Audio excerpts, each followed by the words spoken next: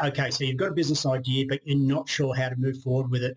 Is it something you can take on full time, or do you need to transition into it? And obviously, this will come down to pretty much the revenue potential of that business. So in this video, we're going to explore how to do a financial analysis of a business, and perhaps this will help you moving forward with your business idea.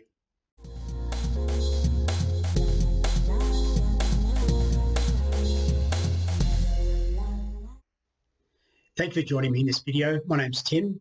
Now, for the large part of my working career, I've been self-employed, and what that's meant for me is that it's allowed me to spend time doing the things that I love doing, and it's also allowed me to spend time with the people I love being around.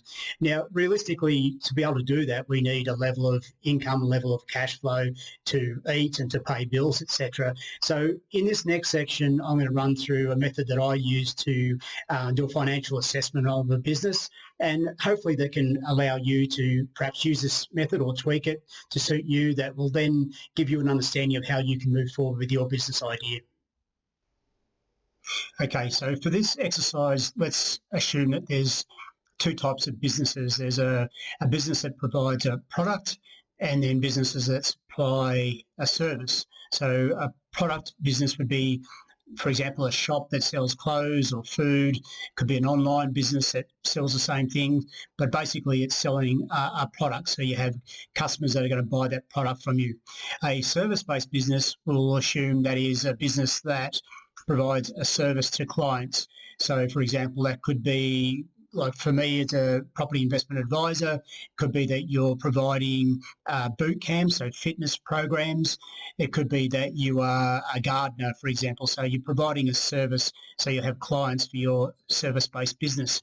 So in this example, we're going to assume that it's a service-based business. Doesn't matter either way. You can tweak it. Basically, the fundamentals are the same.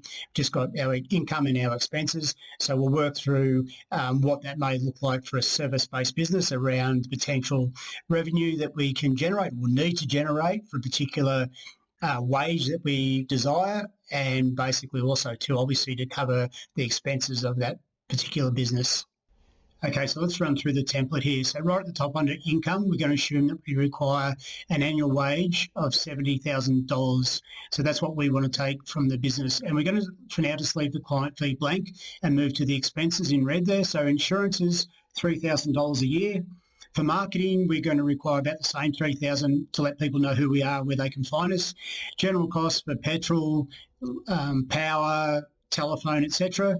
Resources, so we need to spend some money on providing brochures, could be equipment, whatever that may be. We'll need to set our business up. So we're going to allocate $5,000 for that. And we're also going to assume that we've taken out a loan just to help with some of the startup costs, and we've got interest of $2,000 a year. So if we add up all those expenses, we should have a total expense cost, so all those expenses we just run through, so that will come to $17,000 a year.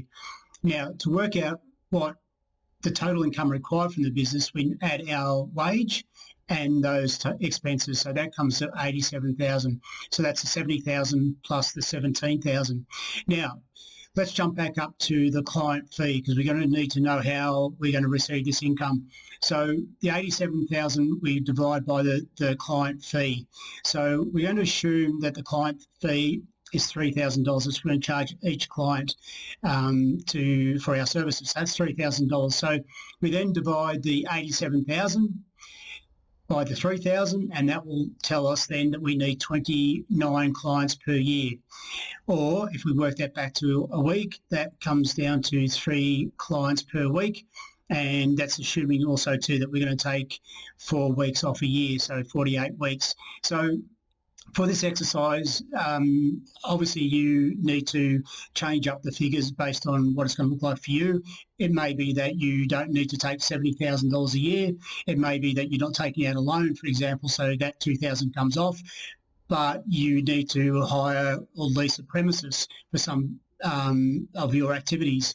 So those things will need to change up. But at the end of the day, the formula is basically the total expenses, and they can say they're fixed costs, plus whatever you require in a wage. Then you divide that by whatever you're going to charge a client and that will determine then how many clients you require for each year, or break it down to a week.